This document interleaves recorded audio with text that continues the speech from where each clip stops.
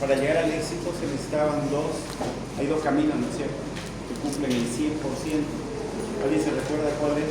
Conocimiento. La mentalidad, ¿no es cierto?, que debería ser ¿qué porcentaje? 90% de la mentalidad, ¿no es cierto? Y el otro 10% es el conocimiento técnico, ¿cierto? Nosotros estamos haciendo ¿qué cosa? El 10%, ¿no? Pero a la vez de forma paralela les voy hablando ciertas cosas a su subconsciente, aunque no se den cuenta, pero lo estoy indirectamente también programando, ¿ya?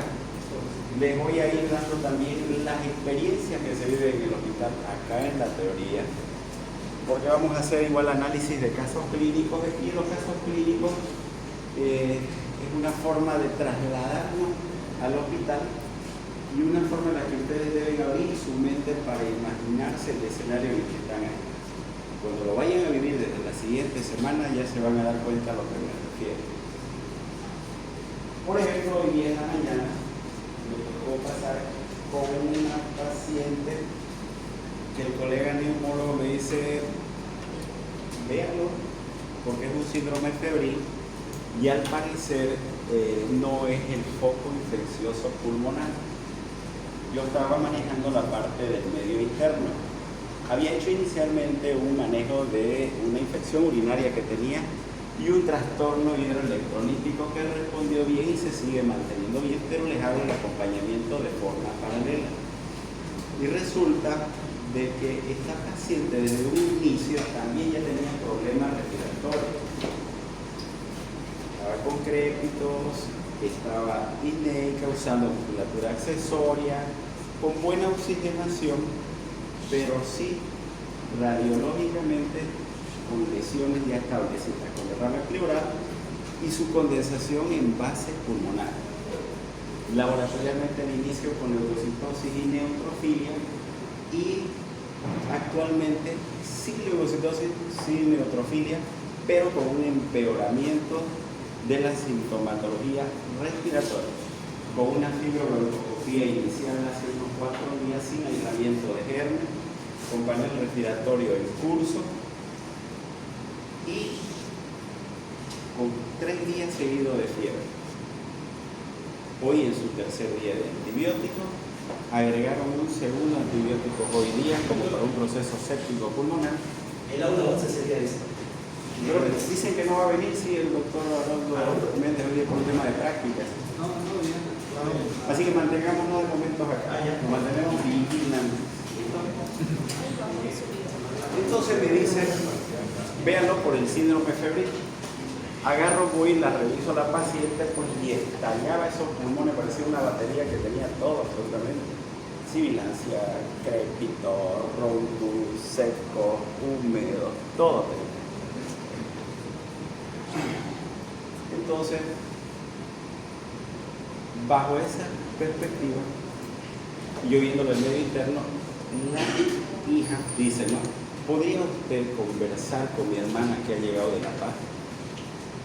Y la hermana de La Paz llega muy como el familiar que llega después de unas 3 semanas, ¿no es cierto?, a querer hacer todo, pero quien lo acompañó durante todo el periodo fue quien lo vivió realmente día y noche, la evolución de su familia.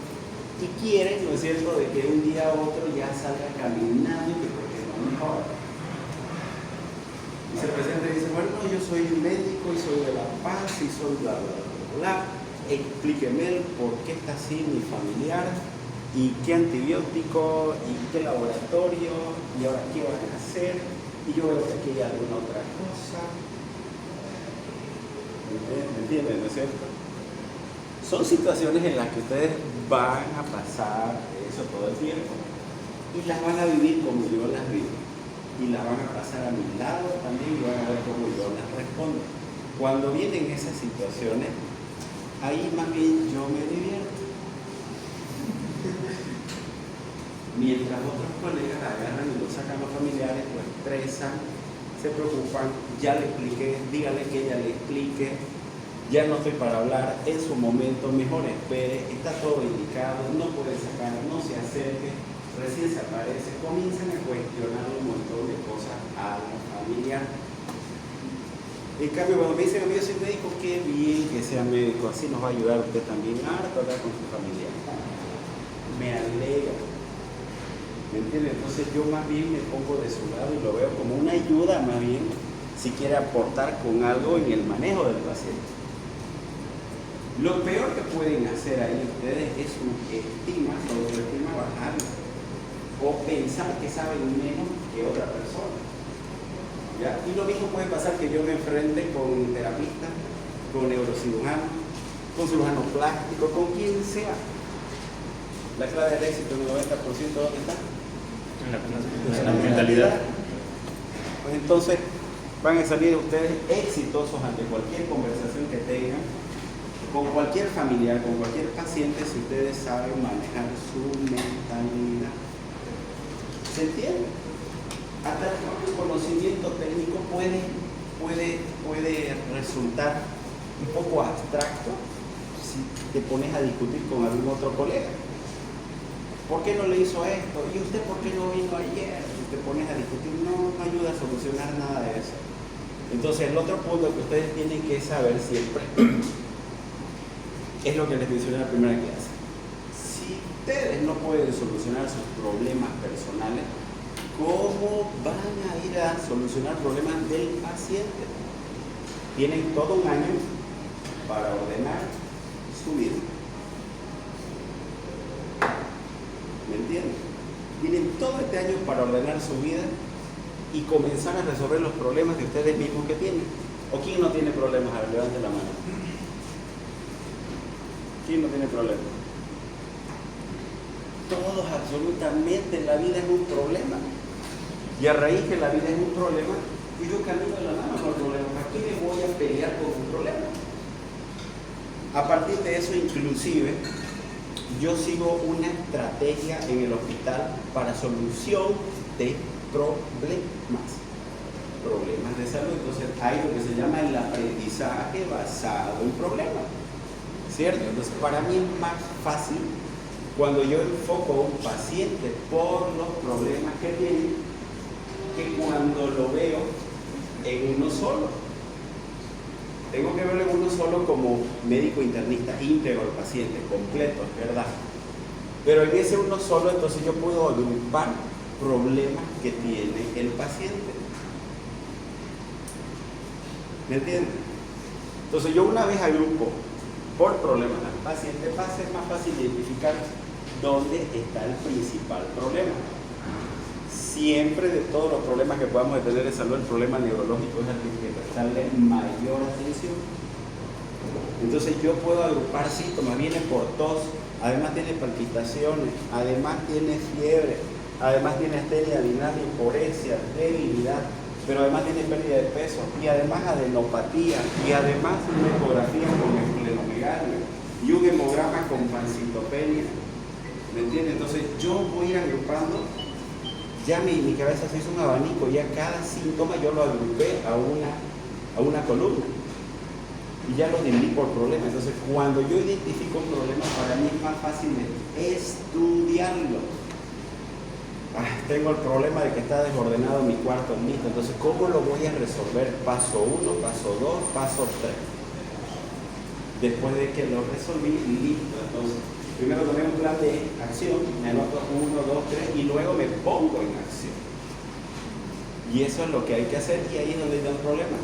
¿Cuál es la diferencia? Que el cardiólogo agarra su problema cardíaco, el neumólogo agarra su problema respiratorio y el gastroenterólogo, y así cada especialidad agarra solo su problemita. Pero cuando son problemas sistémicos, se pierden. Que venga el internista. Y hay algunos internistas que se vuelven sintomatólogos. ¿Qué significa? Que solo tratan síntomas. Está con fiebre, le dan su paracetamol, dolor de cabeza, le dan ibuprofeno, le duele la espalda, le dan meloxicam. Si piensa que un analgésico es diferente de acuerdo a dónde sea el síntoma, ¿ya? Y eso ustedes no tienen que ser. Ustedes van a ser médicos generales, pero tienen que aprender a tener una estructura en la cabeza que les vaya a servir para todas las áreas de un médico general. Para ginecología, para pediatría, para medicina interna, para todas las áreas. Y una de las formas que me ha funcionado tremendamente bien a mí es el aprendizaje basado en problemas. Punto número 1. El punto número 2 ya les mencioné. La primera práctica, la primera tarea de la práctica se la voy adelantando para aquellos que se sientan motivados y digan, yo voy a ir ya con ese conocimiento a la práctica, y es el relacionamiento médico-paciente a través de la programación neurolingüística. Esa va a ser su primera tarea, acuérdense, a través de la programación neurolingüística. Ustedes van a aprender a relacionarse con los pacientes utilizando estrategias de programación neurolingüística. Si ustedes hacen eso, tienen el camino despejado de la medicina, así como este tiene sin trabas, ni viejecitos, sin obstáculos. Aquí hay mochilas, aquí están gorros, mochilas, aquí hay piedras, está todo atravesado por acá. ¿Ya? Entonces ustedes escogen el camino que quieran. Pero yo siempre les digo, igual al residente desde el primer día, si usted comienza a presentar de esta manera, organizarse de esto y esto y esto y esto, sus 3 años la va a pasar una maravilla. ¿Entienden? ¿Hemos hablado algo del conocimiento técnico hoy día? No, pero hemos hablado algo de que le va a servir para el resto de su vida. ¿Sí? El conocimiento técnico lo van a encontrar en todos los libros que ustedes quieran. Pero el conocimiento, la mentalidad, no sé si alguien lo habrá pasado. Si alguien lo está haciendo por su parte, felicidades. Bueno, la anterior semana, ¿quién se anima a hacerme un resumen en 1 minuto? 60 segundos de lo que hemos hablado. ¿De qué hemos hablado en la anterior clase? Sangre. No tengan miedo a hablar. En el plasma. ¿Ah? En el plasma. Hemos hablado de La matriz. composición de la sangre, La porción líquida y la porción forma. la porción líquida y la porción fuerte. ¿Cómo está compuesta la sangre entonces? Y plasma. ¿El plasma cómo está compuesto? 92%. Agua, proteínas, electrolitos. ¿Cuánto de porcentaje de agua es? 92%. ¿Y de proteínas? 7%. 6 a 8% más. Electrolitos, alrededor del 1%, ¿no es cierto? Entonces, el agua es el mayor componente del plasma. Luego hablamos de los elementos formes que son glóbulos rojos y plaquetas.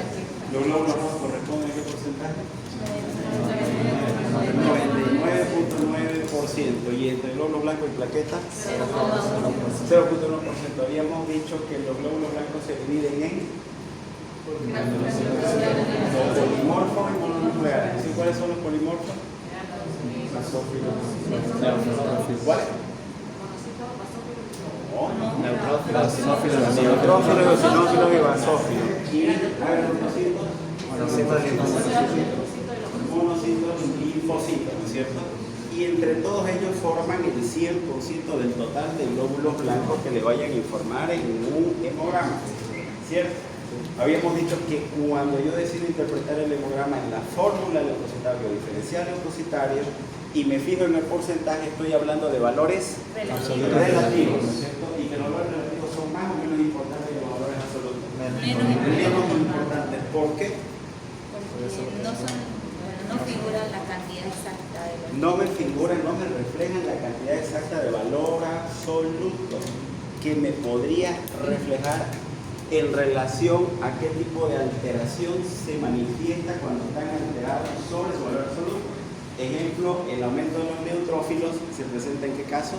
Por valor absoluto, en procesos bacterianos, que es lo que vamos a ver hoy día, ¿no es cierto? En cambio, cuando yo hablo de un valor relativo con conteo de leucocitos normal, pero porcentualmente por encima de lo normal, vale decir más allá del 70-75%, póngale 80% de neutrófilos con 7.000 de glóbulos blancos total. ¿Cuánto es 7 por 8? ¿Cumple el requisito para decir neutrofilia absoluta? No cumple el requisito. No, neutrofilia absoluta es cuando el conteo de neutrófilos es mayor a 7.500. surgimiento. Muy bien. Entonces, por lo tanto, siempre en todo hemograma ustedes tienen que sacar el valor absoluto para cualquier elemento del diferencial leucocitario. ¿Cierto? Muy bien. ¿Y qué esa tablita ustedes la tienen que tener en su casa? Tienen que tenerlo en su portafolio. ¿Sí? En su portafolio tiene que estar esa tabla bien bonita. Les he puesto yo acá un ejemplo también, ¿cierto? El conteo de plaquetas, ¿cuánto hemos hecho que es? 150.000, 450.000. ¿Cuáles son las tres funciones de las plaquetas? Coagulación. Agregación y activación. No es el orden. Adhesión, activación y agregación. ¿Listo? Me adhiero y de ahí me activo, y al activarme, pum, puedo hacerlo, ¿cierto? Me activo de esa forma. Y de ahí él, en relación a lo que yo vaya a hacer, va a agarrar y va a reaccionar. En este caso, las plaquetas se adhieren, se activan y se agregan. Yo, un ejemplo, que no lo voy a encontrar en ningún libro, yo siempre lo digo. La función de la plaqueta es una pila.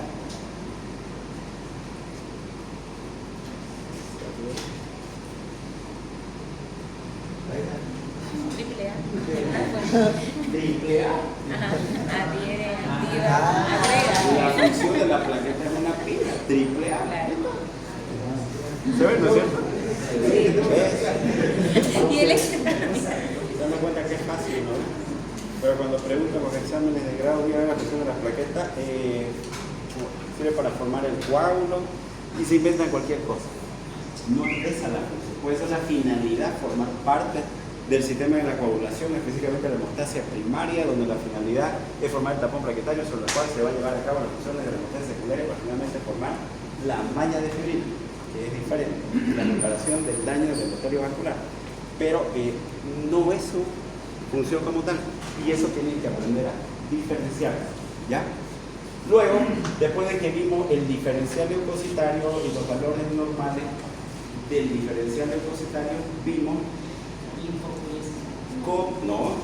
cuáles son los dos compartimientos principales dentro de la médula ósea en la hematopoiesis. Mieloide y linfoide, ¿no es cierto? Habíamos dicho que toda célula va a dar finalmente una maduración a raíz de qué célula? Una célula T célula, ¿cierto? O células pluripotenciales. Está muy bien. Estas células pluripotenciales, que pueden ser las células mieloide o linfoide, van a tener, ¿no es cierto?, una jerarquía, ¿no es cierto? Luego van a tener un denominativo bajo el denominativo de progenitores, que van a llegar el sufijo unidades formadoras de colonia, UFC. Muy bien. ¿Cuándo pelea Medina? Perdón, boliviano. Hoy creo que es el partido de Bolivia, ¿no? ¿Es 9:30? Yo creo que terminamos hasta las 9:30. Ok, entonces, después de los progenitores, ¿qué es lo que sigue? Las plásticas. Precursoras. Yo los identifico porque tienen el sufijo blasto, ¿no es cierto? Los blastos pueden ser identificables a través del microscopio y me pueden poner como nota: se observan blastos, y ahí el porcentaje que se observa.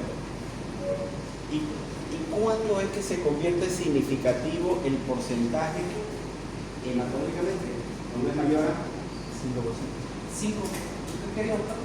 ¿Cuándo es significativo? ¿Cuándo tengo que pensar mal? Ahí es el porcentaje de blastos. Por ejemplo, puedes decir mieloblastos 25%. ¿Pienso mal o no? Mieloblastos 10%. ¿Pienso mal o no? Eso quiero que me aclaren. A ver, ¿a partir de cuándo?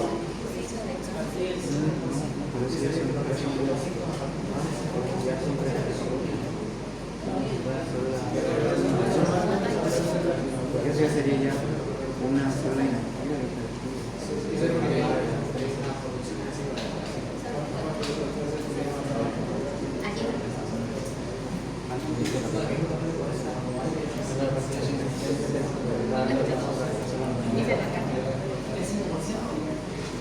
Bien, para no hacerlo muy largo, las leucemias agudas se diagnostican con porcentaje mayor o igual al 20% de blastos.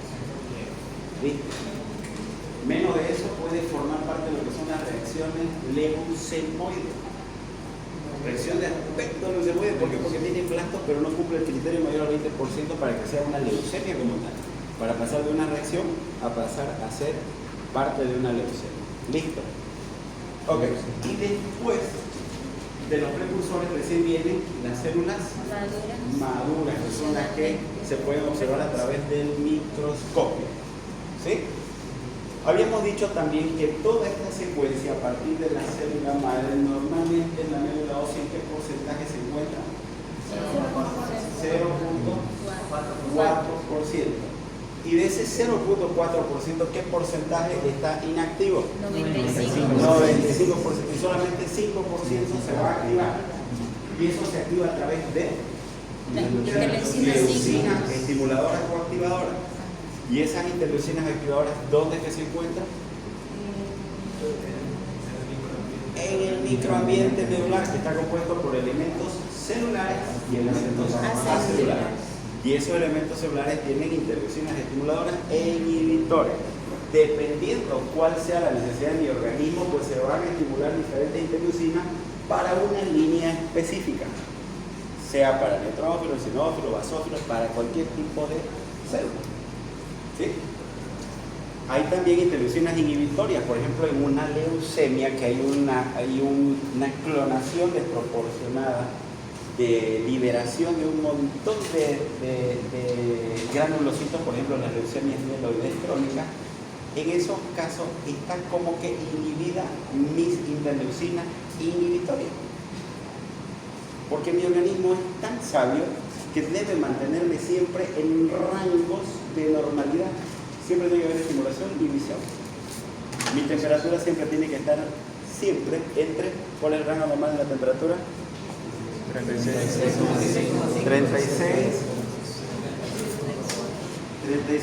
37. Y siempre debe mantenerme en ese rango, ¿no? Y eso siempre debe tomarlo ustedes igual en cuenta. ¿Qué son las CAM? CAM, moléculas de radiación, que sirven para La salida de son los que abren la puertita, ¿no? Y le dicen al glóbulo rojo, al neutrófilo, la plaqueta, listo joven, ya está listo, salga y vaya a torrente circulatorio o vaya a estaciones de otros tejidos, ¿no? En el caso de los linfocitos T, salen como pre y terminan de madurar y volverse T en el timo. Y después de que maduran en el timo, se van a ¿dónde? ¿A dónde? Al sistema linfático, ¿no es cierto? Y a los nódulos linfáticos. Y ahí en el nódulo linfático, ¿no es cierto?, se van a estacionar ¿quiénes? Los linfocitos T, B y los plasmocitos. ¿Para qué? Para que cuando tengamos nosotros ingreso de algún alergeno al organismo, los linfocitos B vayan y reaccionen y traigan, ¿no es cierto?, la respuesta para producción de inmunoglobulina dentro de ese folículo linfático. Y habíamos dicho que cuando está produciendo inmunoglobulina hay una célula que va a llenarse de inmunoglobulina que se llama centroblasto, ¿no es cierto? Y eso es cuando nosotros tenemos una faringoamidalitis y nos palpamos un ganglio, es un centroblasto que está aumentado de tamaño, ¿cierto? Pero ese centroblasto es muy grande y no puede salir a la zona marginal de ese folículo linfático y se convierte en una célula más pequeña cargado de inmunoglobulinas que se llama centrocito, y ese centrocito es el que se va a ir a la zona marginal. Imagínense como si fuera un castillo y todos los policías ya lo reconocen a los que son del MAS. ¿Es cierto? Entonces ni bien lo ve ya, ese es masista, ¡pum! Ya listo. Y como viene un tanto, ¿no es cierto?, entonces la respuesta va a ser mayor cuando hay reconocimiento previo del antígeno. ¿Se entiende? Muy bien. ¿Eso hablamos o algo más hablamos? Eso hablamos, ¿no es cierto? Luego hablamos de la linfopoiesis.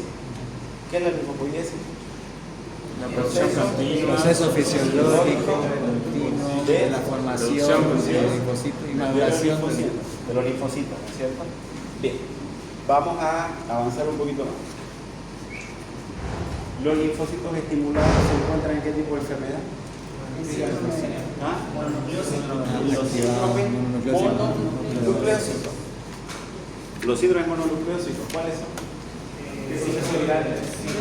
Coronavirus, Epstein-Barr, Toxo, VIH, ¿cuál más? Virus Epstein-Barr, herpes, hepatitis. Muy bien. Perfecto. Ya habíamos hablado de que el valor absoluto linfocitosis es cuando el número de linfocitos es mayor a mayor a 4.000. 4.000 y linfopenia menor a 1.000. En ambas situaciones pueden deberse a procesos virales, ¿no es cierto? En el caso de los corticoides, ¿dónde creen que más tiene su impacto? ¿Linfocitosis o linfopenia? Linfopenia, ¿no es cierto? Entonces, de forma iatrogénica yo puedo producir linfopenia por el uso prolongado de corticoides. Por eso dicen, no, ya no le coloque mucho corticoides, van a su defensa y se van a enfermar. Es cierto eso, totalmente correcto. ¿Ya? Muy bien. Entonces, sabiendo eso le hice un repaso para todos, ¿ya? Para que ya estén actualizados. Vamos a hablar de granulopoiesis, monopoiesis y megacariopoiesis. Habíamos dicho que la distribución de las tres series en la médula ósea es en la serie granulopoiética 60%, eritropoiética 30%, por eso que la relación 2-1 se da de esa manera. Las plaquetas, sin embargo, forman parte solo del 1%. Habíamos dicho que una célula extensa normalmente está inactiva y gracias a diferentes interleucinas activadores va a pasar a activarse. En este caso, cuando hablamos de la granulopoiesis, sean neutrófilos, xenófilos o basófilos, para su formación necesitamos al factor estimulante, la interleucina 3, con la 6 hacen sinergia, igual que el factor estimulante de colonia, granulocitos y monocitos con dos líneas celulares comprometidas. Luego, específicamente, para que se convierta en un progenitor, la interleucina 3 junto con la de granulocitos y monocitos van a volverse más activas en su participación y a partir de ahí van a diferenciarse con interleucinas específicas, siendo la 3 y la 4 para los basófilos, la 8 para los neutrófilos y la interleucina 5 para los eosinófilos. ¿Qué significa? En los procesos alérgicos, habitualmente, si yo solicitara interleucina 5, voy a ver que está más aumentada. ¿Listo? Entonces, unidad formadora de colonias, granulocitos, eritrocitos, monocitos y megacariocitos. ¿Listo? Y de ahí va subdividiéndose para finalmente tener todos los que son mis granulocitos, excepto los monocitos que vendrían a ser agranulocíticos, ¿no? Si hablamos de la granulopoiesis, yo les digo, chicos, en el examen, descríbanme la granulopoiesis. Esto es lo que me tienen que hacer.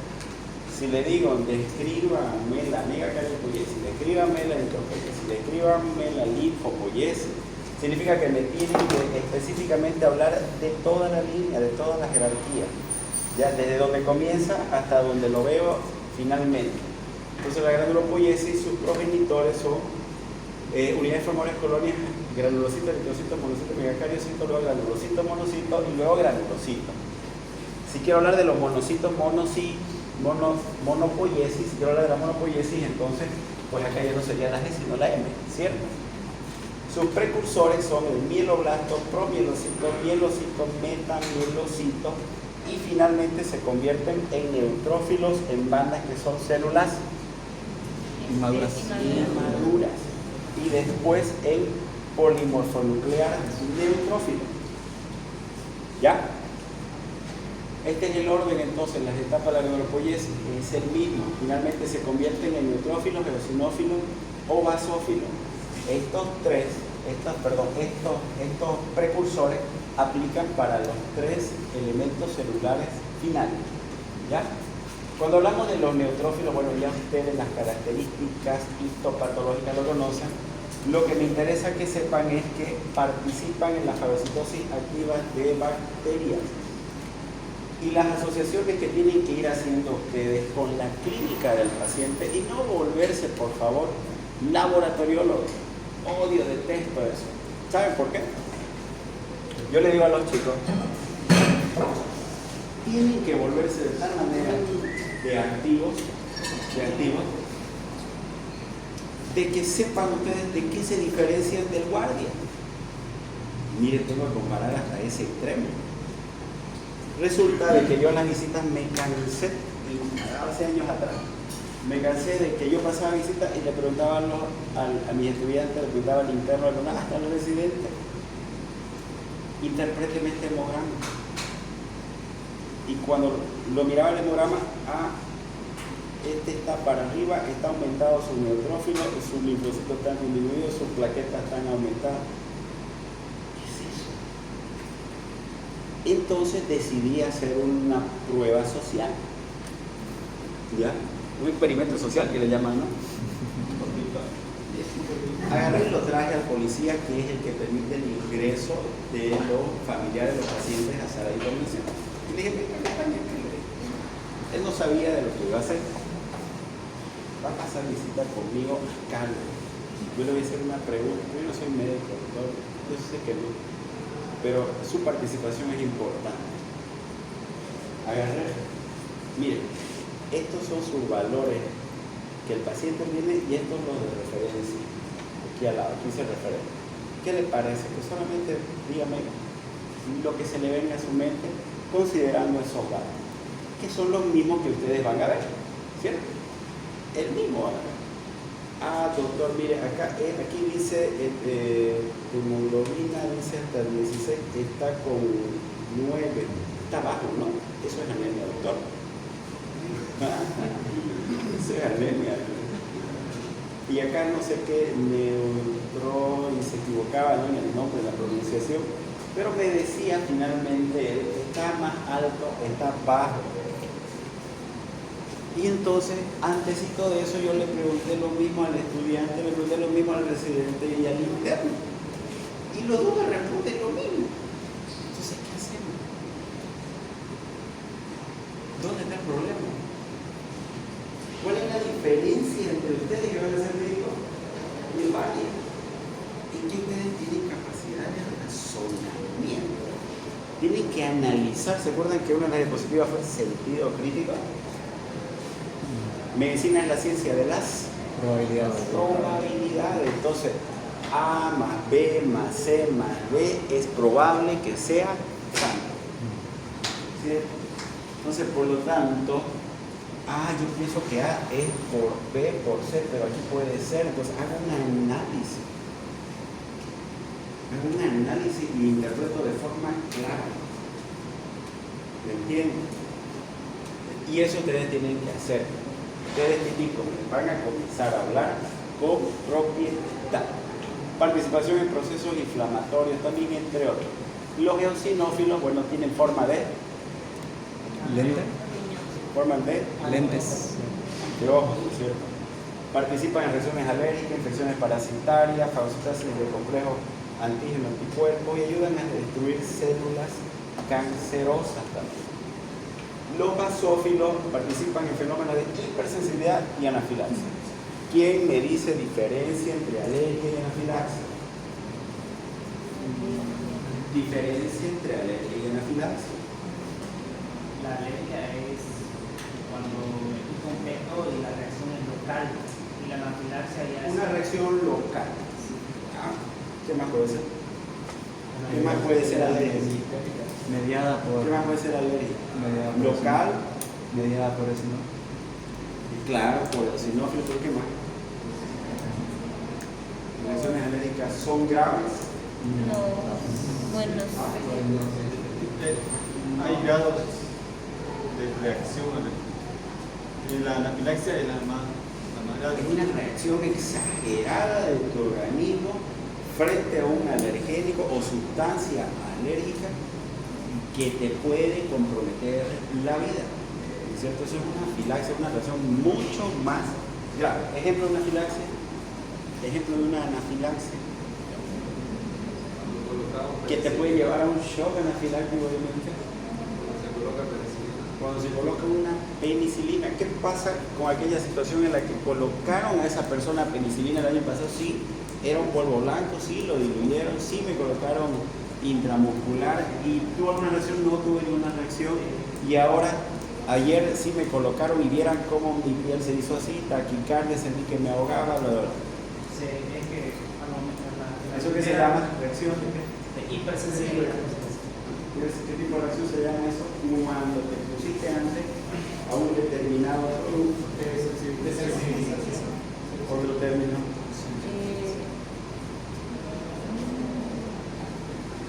Infecciones son de hipersensibilidad. Digamos, en la alergia y en la anafilaxia también. Pero son reacciones idiosincrásicas. Idiosincrásicas. Muchas veces puede ocurrir eso, ocurrieron problemas legales gravísimos, gravísimos.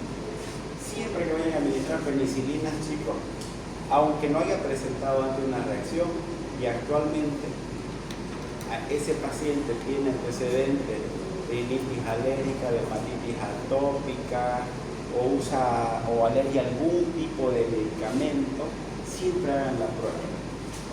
No presentó ante reacción, no creo que presente ahora, no. Estén más atentos que nunca en ese momento. Ha habido problemas legales terribles por esa situación. ¿Ya? Entonces, basófilos, sobre todo, acuérdense, en anafilaxia principalmente. Morfopatología de la célula granulocítica madura. Entonces, tenemos alteraciones en el núcleo y alteraciones en el citoplasma. Cuando hablamos de alteraciones del núcleo, los que quieran conocer esto que está en negro, a manera de cultura, pueden hacerlo. Pero yo les voy a colocar lo que son más importantes que deben saber ustedes. Y entre ellos está la hipersegmentación nuclear, que es un polimorfo nuclear con 4 o más segmentaciones y que pueden ser partes de estas enfermedades. La hipersegmentación nuclear, principalmente cuando vemos anemia megaloblástica, vamos a ver que es una característica. En las anemias del proceso renales, en las anemias ferropénicas también, y en los síndromes mielodiplásicos. Se pueden encontrar ahí abajo como observaciones, se pueden encontrar neutrófilos hipersegmentados. Entonces te quedas tranquilo porque dices, no, pues es una anemia ferropénica, esa es la causa. ¿Ya? Ahora, esto de acá, las alteraciones citoplasmáticas, a esto tiene que tenerle miedo. Granulaciones tóxicas. Hablar de granulaciones tóxicas en el marco de un paciente con proceso infeccioso, séptico sobre todo, es grave, es anuncio de gravedad. Anuncio de gravedad. Ustedes van a la terapia intensiva y ven los hemogramas de esos pacientes. Por lo menos de unos 10, 5 tienen granulaciones tóxicas. ¿Me entienden? Un anuncio de una infección grave en las granulaciones tóxicas. ¿Ya? Entonces se tiñe el citoplasma de una forma mucho más pronunciada y anuncia gravedad. En cambio, los cuerpos de doble, si bien se pueden presentar en procesos sépticos, no son tan frecuentes como las granulaciones tóxicas. También puede haber en escarlatina, erisipela, difteria, quemaduras, síndromes mielodisplásicos o mielos proliferativos crónicos. Bien, entonces normalmente puede que sea no tan teñido su citoplasma, pero cuando está bien teñido, ¿listo? Y es bien grosero su citoplasma teñido, entonces se habla de granulaciones tóxicas. Los cuerpos de doble son inclusiones basófilas periféricas en el citoplasma que se pueden presentar en qué enfermedades habíamos dicho?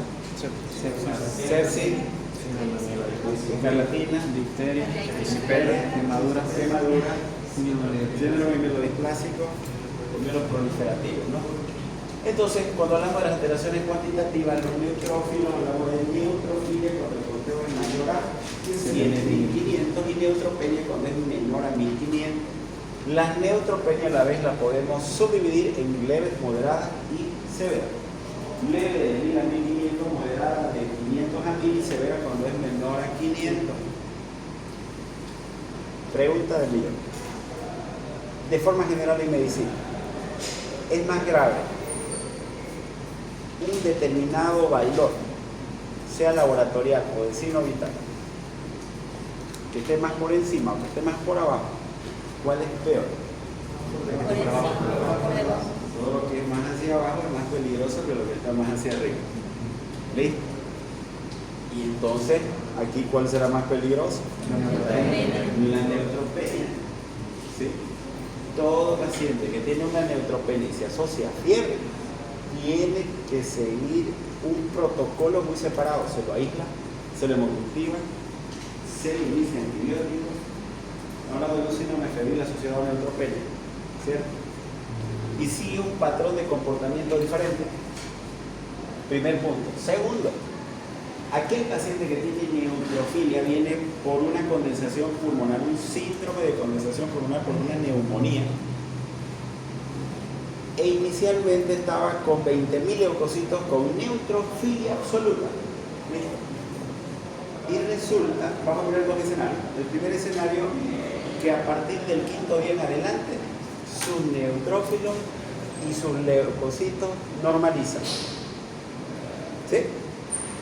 Evolución favorable. Segundo escenario. El mismo paciente, pero al quinto día, sus neutrófilos caen a 1000. Sus neutrófilos caen a 1000. ¿Listo? Sus glóbulos blancos, de estar en 20.000, bajan a 3.000. Y el paciente empeora. Más tos, más dificultad respiratoria. Antes no requería oxígeno, ahora sí. ¿Se entiende? Todo aquello que está elevado y de repente se va al otro extremo, no lo interpreten en primera instancia de que está mejorando, está empeorando.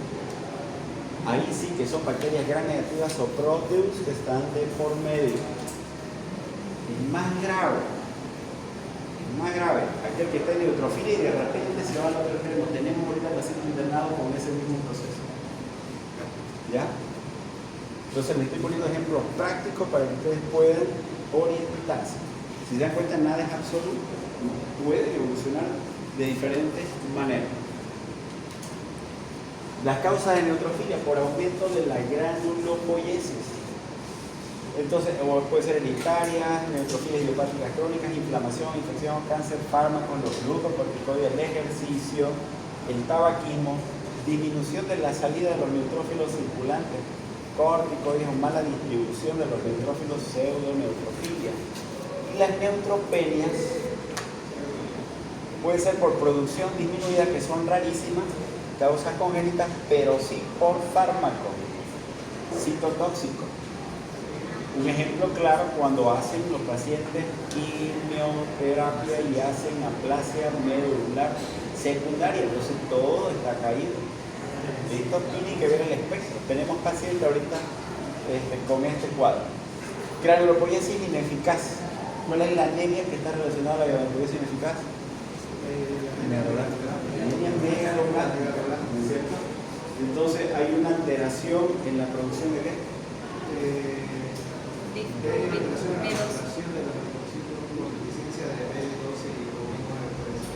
Si hay una granulopoiesis ineficaz, significa que por falta de materia prima para que maduren los glóbulos rojos, entonces queda en el camino ese glóbulo rojo y finalmente termina siendo una anemia megaloblástica, termina como precursor, más cantidad. Ya, entonces acá déficit de vitamina B12 y ácido fólico. Ojo con este detalle, normalmente todos piensan de que el ácido fólico y la vitamina B12 participan en la formación de qué cosa? Del ADN. Y cuando habla del ADN está hablando del ADN de todas las células, no solamente del glóbulo rojo. Forma parte de la materia prima para la formación del glóbulo rojo, pero en este caso también está relacionado a los glóbulos blancos. ¿Sí? Liberación disminuida en milocatesis, síndrome leucocito perezoso, rarísimo. Destrucción aumentada, causa inmune, anticuerpos anticitoplasma del neutrófilo. ¿Alguien ha escuchado eso? Anticuerpos anticitoplasma del neutrófilo, son los ANCA. ANCA-C, ANCA-P. Bueno, en la parte de reumato lo vamos a ver. Hay un síndrome que se llama el síndrome de Ferti. Por 5 puntos, ¿quién me dice cómo está compuesto el síndrome de Ferti? Ya le estoy arriesgando. Artritis reumatoidea y neutropenia. ¿Cuál? Plenomegalia, Ya. neutropenia, Ya. artritis reumatoidea. Y artritis reumatoidea, me hace recordar. Los 5 puntos que tiene ganado sobre su primer examen. Bien. Y así voy a ir lanzando, entonces tienen que ustedes estar viendo. ¿Listo? ¿Ya sabían que íbamos a hablar de esto hoy día? Sí, ¿no es cierto? Ya. Ok. Entonces, ¿qué es desvío a la izquierda? ¿Cuáles son poligonucleares y cuáles son los granulocitos? ¿Por qué se habla de desvío a la izquierda? ¿Quién sabe? A ver. La dirección a la izquierda quiere decir que hay un aumento de la neutrofilia. Si hay una neutrofilia quiere decir que es una material. Eso es lo que habitualmente piensan. ¿Pero por qué a la izquierda? No me han respondido. Va a disminuir la... Por un aumento de células inmaduras. Meta celular. Va por ahí, pero no está completa la respuesta. Va a haber una leucocitosis, neutrofilia, pero va a haber una disminución de la producción de los leucocitos, una linfopenia. Obviamente, a ver, los neutrófilos y los eosinófilos, ¿no es cierto? Entre ambos voy a tener alrededor de un 90% de todo mi conteo de glóbulos blancos. Entonces, por lo tanto, si el neutrófilo aumenta, el linfocito va a estar más bajo. Si el linfocito aumenta, el neutrófilo va bajo, pero eso no es de la izquierda. ¿Qué marca la diferencia en que sea a la izquierda? Bueno, yo me dice, pero que aquí está, si nos fijamos, doctor, está aquí hacia la izquierda, me va a decir, ¿no? Y en todos los libros lo van a ver en esta misma disposición, que hacia la izquierda, obviamente, dentro de la formación de todos los elementos celulares de la hematopoiesis, sí, pero está bien eso. Pero ¿qué marca el punto? ¿Cuál es el punto? El detonante. Granulocitosis mayor al 5% de las células inmaduras son de los... Callados, bandas o bastones. Callados, bandas o bastones. ¿Dónde está? Por acá. Dice que es bastón, un bastón. Callados, bandas o bastones mayor al 5%, mayor al 5%, grábense por favor. Voy a tener un aumento de mis neutrófilos, sí, de mi granulopoiesis, sin lugar a dudas. Pero voy a tener mayor liberación, voy a tener liberación de células inmaduras también. Y eso marca la diferencia. Imagínate tener neutrofilia, con desvío a la izquierda, con granulaciones tóxicas. Yo me asusto. ¿Verdad le digo? Yo me asusto. Entonces, esto es lo que tiene que fijarse. Tiene callados, bastones, ¿ya? Mayor o igual al 5%. Eso marca lo que es desvío a la izquierda. ¿Listo? Vamos con un ejemplo. ¿Alguien alguna vez ha visto esto? ¿Sí? Bien, miren, esta persona acá tiene 8 años y está con fiebre alta, odinofagia, vómito, adenomegalia cervical dolorosa, unilateral y un exudado purulento sobre las amígdalas que están además hipertrofiadas. ¿Sí? Y en el hemograma, ¿cuánto dice acá el glóbulo blanco? 15.000. 15.000. ¿Segmentado? 78. Si yo me fijara solamente en el porcentaje normal de neutrófilos, ¿está normal o no? En porcentaje normal. No está normal, ¿no? Hasta el 75% normal, ¿no ves? ¿Y cuánto tengo en valor absoluto? 10.800. 10.000. Entonces estamos frente a una leucocitosis con neutrofilia absoluta, para que se den cuenta que el valor porcentual no es el más importante. Puedo tener 20.000 leucos con 60% de neutrófilos. Saco el valor absoluto y me va a salir con seguridad mayor a 7.500. ¿Se dan cuenta? Bien, entonces habíamos dicho que los neutrófilos participan en el proceso bacteriano, la fagocitosis activa de bacterias. 8%. Mayor al 8%. Migración a la izquierda. Ah, ya. Entonces, como no había la posibilidad de hacer un examen microbiológico, el diagnóstico presuntivo, ¿cuál podrá ser?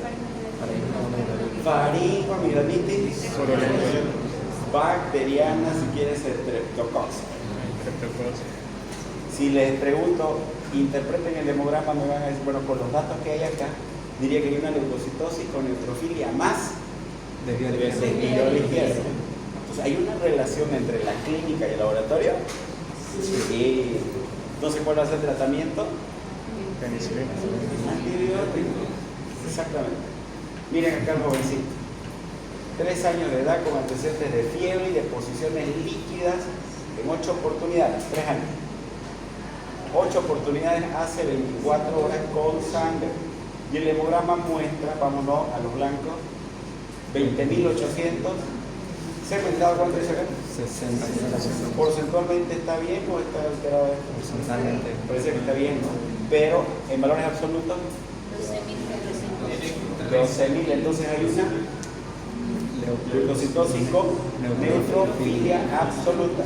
Y el moco fecal predomina en un niño de 3 años. ¿Cuál es la causa más frecuente de diarreas? Viral. ¿Y en este caso? ¿Ah? ¿Y en este caso? Bacteriana. Bacteriana. ¿Qué dice acá?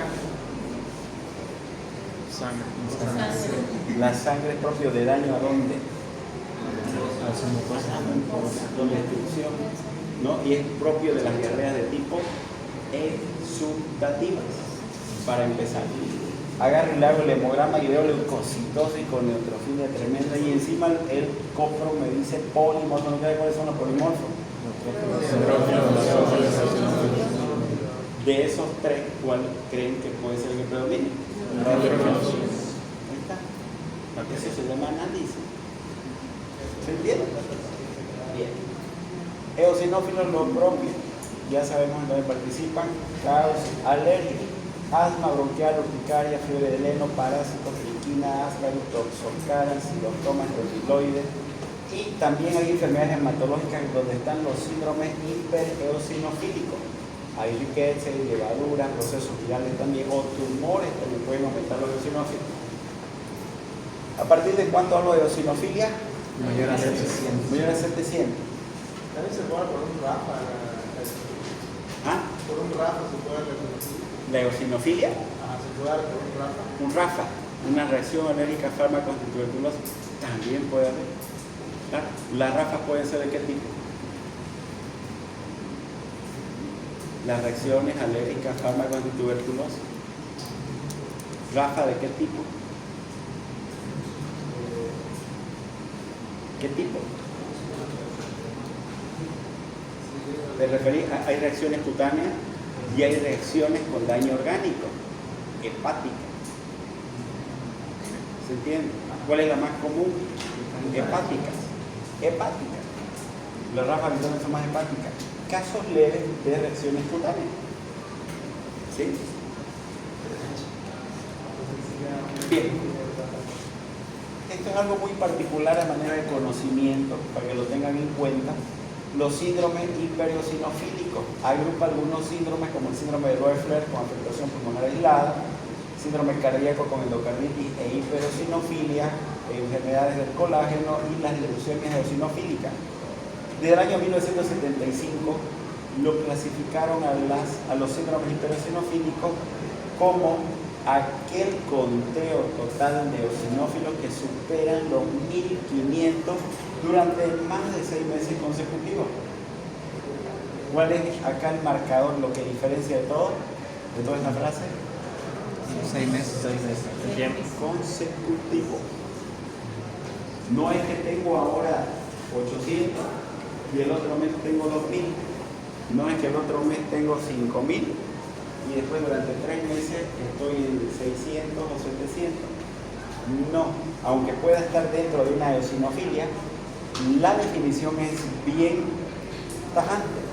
Consecutivo.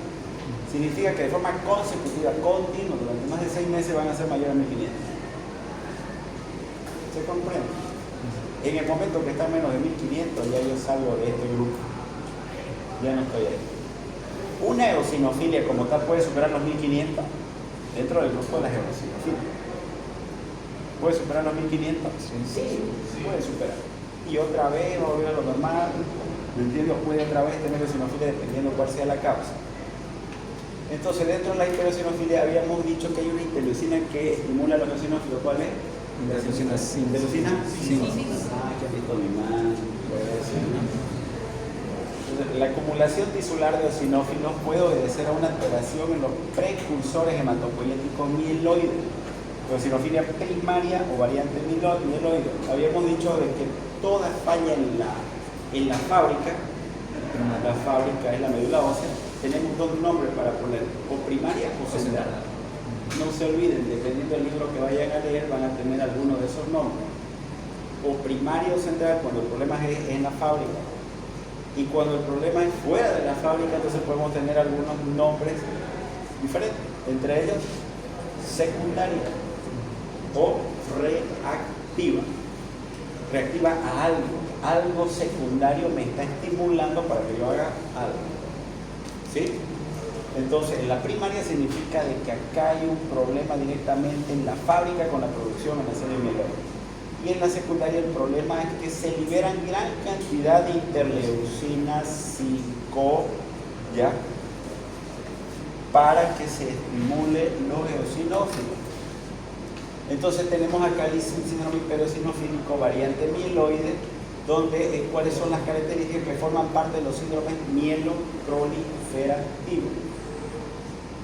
Los síndromes mieloproliferativos. Entonces ahí está la leucemia mieloide crónica, está la trombocitemia esencial, está la policitemia vera, está la mielofibrosis idiopática.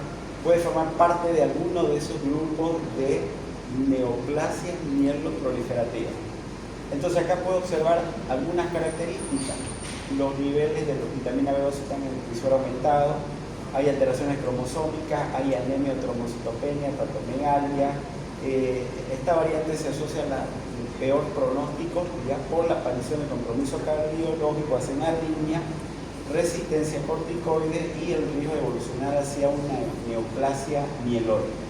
Y la que es la variante linfocítica obedece a una causa secundaria. ¿Cuál es la causa secundaria? Los linfomas no Hodgkin o el síndrome del César. El síndrome del César suele afectar más la parte cutánea. Y como afecta la parte cutánea, entonces de forma secundaria va a ir a la médula ósea a producir a través de interleucina 5 más eosinófilos. Y entonces estos pacientes van a tener eczemas, dermatitis, más problemas cutáneos. ¿Ya? Entonces la interleucina que más se libera es la interleucina 5. ¿Ya? Cuando se liberan a la piel están más relacionados al síndrome del César, y cuando se liberan a otra parte del organismo pueden ser la mucosa respiratoria o digestiva. Miren, entonces tiene más afectaciones cutáneas. El tratamiento, bueno, hay varias opciones, entre ellos la hidroxiurea, es un agente quimioterápico que se utiliza en los trastornos mieloproliferativos para frenar la producción o bloquear o inhibir la producción exagerada de interleucina. Eso es lo que busco. ¿Ya?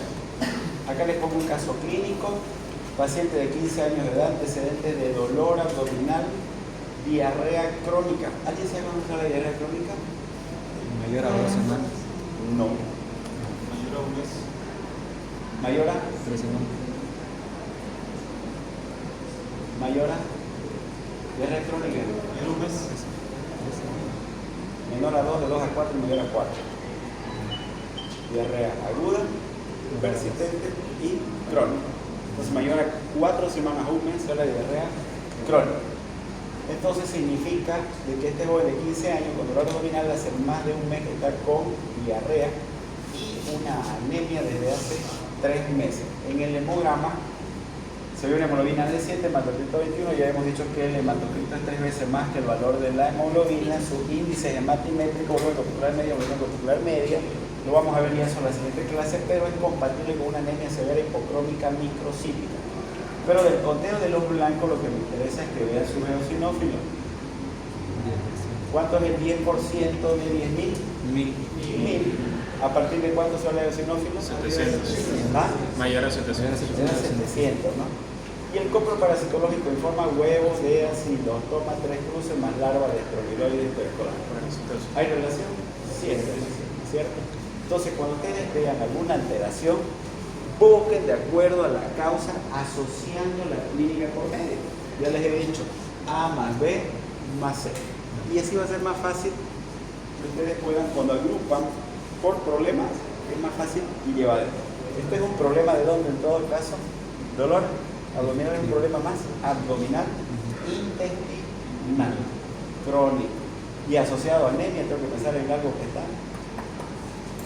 Que fuera diferente, que yo no tenga un copro, pero de aquí hacia arriba, ninguna persona de 75 años, ¿qué pensaría?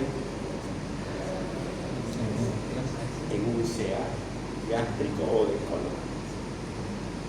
Así que con anemia severa, ¿no es cierto?, yo puedo tener diarrea crónica, puedo estar frente a un CA.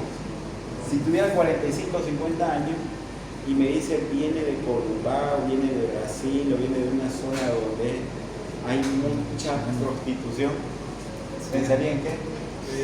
VIH. Varía, ¿no es cierto?, de acuerdo a ciertos parámetros, pero ya yo tengo que tener esas ideas en mi cabeza para poder estudiar. ¿Listo? Paciente de 32 años, procedente, miren acá, de Mairana, antecedente de dolor abdominal y diarrea, más o menos un mes de evolución, no refiere pérdida de peso, y el copro diaria y áscaris lubricoide, pinana, resto sin particularidad, acá con una anemia leve, hipogrólica microcítica y conteo de blancos acá con eosinófilos 950, igual, ¿cierto? Una eosinofilia de causa parasitaria. Los basófilos en reacciones de hipersensibilidad y anafilaxia se habla de basofilia cuando el conteo de basófilos es mayor a 100. O bien pueden estar relacionados al aumento de la inmunoglobulina E por enfermedades inflamatorias como lupus o artritis reumatoidea. En personas que hacen reacciones alérgicas, tienen reacciones transfusionales, que hacen ráfagas leves o moderadas, ¿ya? Es importante pedir dos cosas: la inmunoglobulina E y la inmunoglobulina ¿cuál más? La G. Inmunoglobulina, ni la G ni la M. ¿Cuáles están relacionadas con procesos también alérgicos aparte de la E? ¿Ah? La A. Entonces la E y la A, ¿listo? Y otras enfermedades inflamatorias. Entonces conteo de basófilos mayor a 100. Y aquí muestra, bueno, una reacción de hipersensibilidad. Este circuito de alergia es fácilmente identificable. Por ejemplo, te vas un día sábado con tus amigos a una cancha por allá por el plan 5000. La cancha es solo de polvo y solamente hay los postes, no tiene una malla, listo. Y de repente viene un ventarrón a las 4 de la tarde y le metiste como sos, como Messi y Ronaldinho, ¿no? Seguiste jugando y levantaste el polvo y de repente inhalaste, y cuando inhalaste comenzaste a chis, te comenzó a picar la piel y comenzaste a toser y a tener rinorrea y broncorrea. Entonces te expusiste a un alergeno, ¿no es cierto?, que comenzó a liberar inmunoglobulina E y a través de los basófilos tuvieron mediadores que producieron tu sintomatología. ¿Sí? Lo vamos a hacer en el caso de asma. Monopoiesis, la principal célula involucrada es la interleucina 3, ¿ya? Los monocitos, de acuerdo a dónde se encuentran, tienen un determinado nombre, ya ustedes conocen. Se encuentran en tránsito entre la médula ósea y los tejidos como macrófagos, células de Kupffer en el hígado, macrófagos alveolares pulmonares, osteoclastos, médula ósea, microglía, sistema nervioso central, 3 días en sangre y participan en fagocitosis de bacterias y detritos celulares. ¿Quién me puede decir qué son detritos celulares? Los restos de una bacteria o una célula. Exactamente. Significa que vino el neutrófilo y se comió la bacteria. Es como que fuiste y te comiste un cuarto de pollo, agarraste solamente con un tenedor, te lo comiste rápidamente, te llenaste y dejaste unos cuantos arroces por ahí. Y de repente el chico que estaba mirando ahí afuera vino y se lo comió el resto y se lo comió como sea. Esos son los monocitos. Son los que están atentos para terminar de comerse lo que sobra. Ya. Entonces hablamos de monocitosis cuando el conteo de monocitos es mayor a 800. Pueden también estar elevados los síndromes mononucleósicos, también malaria, tripanosomiasis, fiebre tifoidea, tuberculosis, síndrome mielodisplásico. Son los más frecuentes. Van a poder encontrar en la tuberculosis leucocitosis, pueden haber con neutrofilia, ¿listo? Y monocitosis. Pueden encontrar gramolocitos. ¿Ya? Entonces todos ustedes que ustedes capten los porcentajes y los saquen a valor absoluto y se van a dar cuenta. ¿Listo? Y ya casi para finalizar la serie megacariopoyética. ¿Cuál es la principal interleucina de activación en la serie megacariopoyética? La 11. La 11 está la 11 acá. Es la que hace la diferencia porque las demás son sinérgicas. ¿Sí? Es la 11. ¿Listo? Entonces, unidades formadoras de colonias de megacariocitos grandes, pequeñas, y de ahí ya parten sus precursores. Pero miren, ¿qué será esto? Trombopoyetina. ¿Sí? ¿Puedo yo inducir la producción de plaquetas a través de la trombopoyetina? ¿Y esto qué será? Eritropoyetina. ¿Qué tiene que ver con las plaquetas de la eritropoyetina? Situaciones de hipoxia. ¿Qué tiene que ver la eritropoyetina? Vamos, va por ahí. Participan directamente en la producción de plaquetas, indirectamente o de forma secundaria, si ustedes quieren hacerlo valer. Y no es que a partir de acá, sino que también a partir de acá, de forma exógena o de forma endógena. Lo que significa de que si yo tengo cualquier situación de hipoxia que de forma secundaria me estimule mi médula ósea para producir glóbulos rojos, también indirectamente de forma secundaria me va a estimular mi megacariopoyesis. Un ejemplo característico de una anemia ferropénica, voy a tener una trombocitosis secundaria o reactiva. Secundaria a la anemia ferropénica, secundaria a la hipoxia tisular. ¿Se entiende? Un paciente post-esplenotomizado, un paciente con shock, hemorragia, toda situación que me produzca una estimulación en la eritropoyetina. Eso explica por qué los pacientes que reciben eritropoyetina, porque mi padre dializa y allá le ponen eritropoyetina, también le dan anticoagulantes acompañado. No. Entonces, es buena la pregunta, pero vale la aclaración. ¿Cuándo se convierte mi conteo de plaquetas? ¿Ya? ¿Cuándo se convierte en importante para la salud o riesgoso, si quiere llamar? ¿A partir de qué valor yo tengo que decir, bueno, escucha, démosle una profilaxis con aspirina, por decir, pero anticoagulante no? Puede ser que haya otro problema que requiera la anticoagulación. Eso quiere decir unidades antiagregantes. Exacto, tiene que ser antiagregante, pero ¿a partir de qué valor tiene más importancia? Cuando el conteo de plaquetas es mayor a 450. cuando es mayor a 450. ¿a partir de qué valor de plaquetas debo asustarme, en otras palabras? 600.000. Una eliminada por 10 puntos, 15, 20, eximidos, ya no ven. A partir de 1 millón. A partir de 1 millón. Si tu plaqueta está mayor a 1 millón, cercanos a 1 millón, para no hacerlo tampoco tan drástico. El paciente es hipertenso, ha tenido síndrome coronario, es dislipidemo, fumador, obeso, sometido a estrés, ¿no? Y encima las plaquetas están por 900.000, digamos, ya, entonces de por sí, por el mismo problema de todos los factores de riesgo que tiene, debo darle eso, ¿no? Y además que voy a protegerlo por este otro lado, pero todo aquel que tiene cercano a 1 millón, es mayor a 1 millón, debo dar profilaxis. Y si el paciente está internado, ya para evitar un síndrome de hiperviscosidad, debo dar la estimulación profiláctica, ¿ya? Había leído varias veces y no sé cómo está su criterio. Dice, aunque las plaquetas menores a 150.000 no hay que asustarse, dice que la verdadera problemas de hemorragia ocurren por debajo de los 50.000. Sí, y en realidad todo procedimiento invasivo al cuerpo, ya puedo hacerlo por encima de 50.000, pero menos de 50.000 ya no.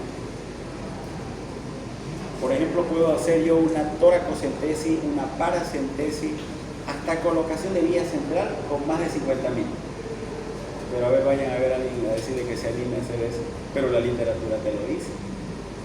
Ya si le pelas y personas un sangrado terrible, ya es un problema, ¿no?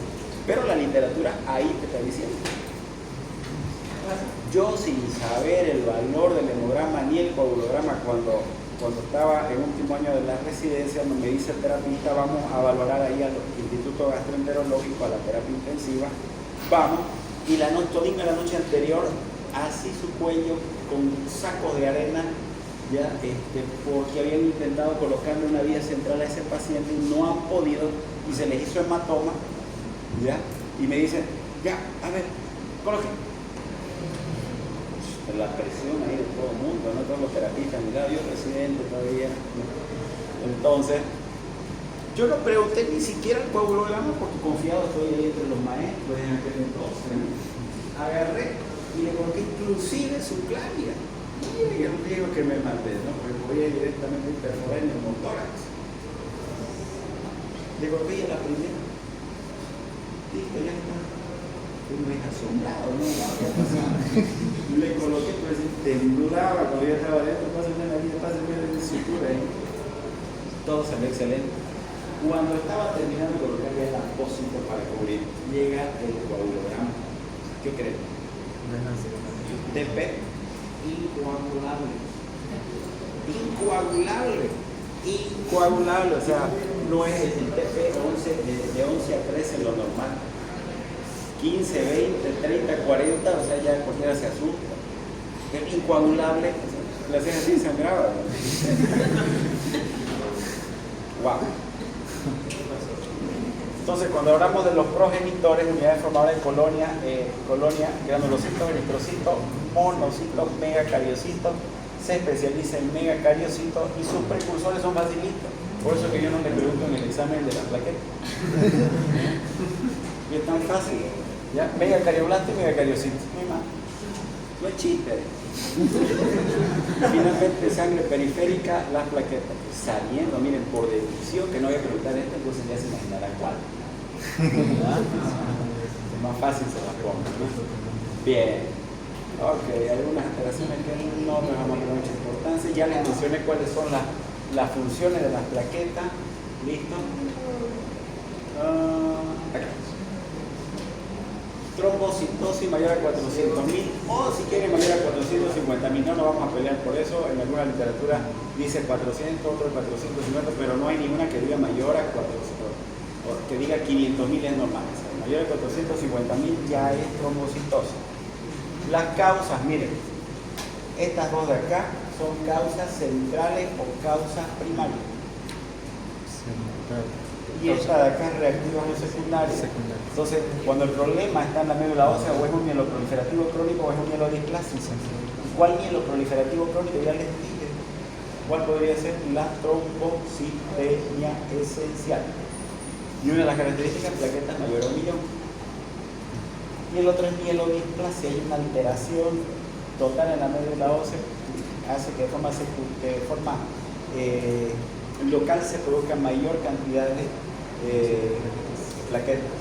Y de forma reactiva, miren, reactiva a una esplenectomía, una anemia ferropénica, una hemorragia, anemia hemolítica, infecciones, procesos crónicos, neoplasia, cirugía. Doctor, sus plaquetas están 600.000, me piden valoración por trombocitosis y el paciente está con una neumonía. 600.000, ya es la inflamación y la infección. Es la infección y la inflamación. ¿No va a hacer nada? No. Para la inflamación del pulmón con antibióticos, corticoides, etc. Y eso va a normalizar. Y tienen que hablarlo así ustedes con seguridad, pero ¿cómo lo van a hacer con seguridad sabiendo todas estas cosas? ¿Ya? El problema suscita cuando hay trombocitopenia, porque ahí todo el mundo se descontrola la cabeza y no sabe cuál será la causa. Y es verdad, a veces nos saca un poquito de control para encontrar la causa. Las trombocitemias centrales y periféricas. Centrales cuando te afecta toda la hematopoiesis, glóbulo rojo, glóbulo blanco y plaquetas. Entre eso puede ser por una hematopatía maligna o una aplasia medular. O cuando solo te afecta de las 3 líneas celulares de la médula ósea, solo las plaquetas. Megacariocítica aislada se llama, ¿ya? Y dentro de las causas de trombocitopenia periférica hay 4 mecanismos. 4 mecanismos por los cuales hay trombocitopenia periférica fuera de la médula ósea que se han producido. Causa inmune. púrpuras trombocitopénicas autoinmunes. Un ejemplo característico, lupus. Por hiperconsumo, procesos sépticos infecciosos. Por hemodilución, ejemplo, Cuando hay un aumento del líquido Insuficiencia cardíaca. insuficiencia cardíaca, sí. Por hemodilución podría ser otra Insuficiencia causa. renal. Insuficiencia renal, sí. Hiperesplenismo, toda aquella situación que me aumente la funcionalidad del vaso. Normalmente el vaso puede secuestrar ¿qué cantidad de plaquetas? Hasta el 25%. En situaciones de hiperfuncionamiento, entonces te puede secuestrar más, agrandar su tamaño y hacer que figure en menos cantidad a nivel periférico. ¿El dengue en cuáles de estos 4 mecanismos se encuentra? Hemodilución. Hemodilución. Hemodilución y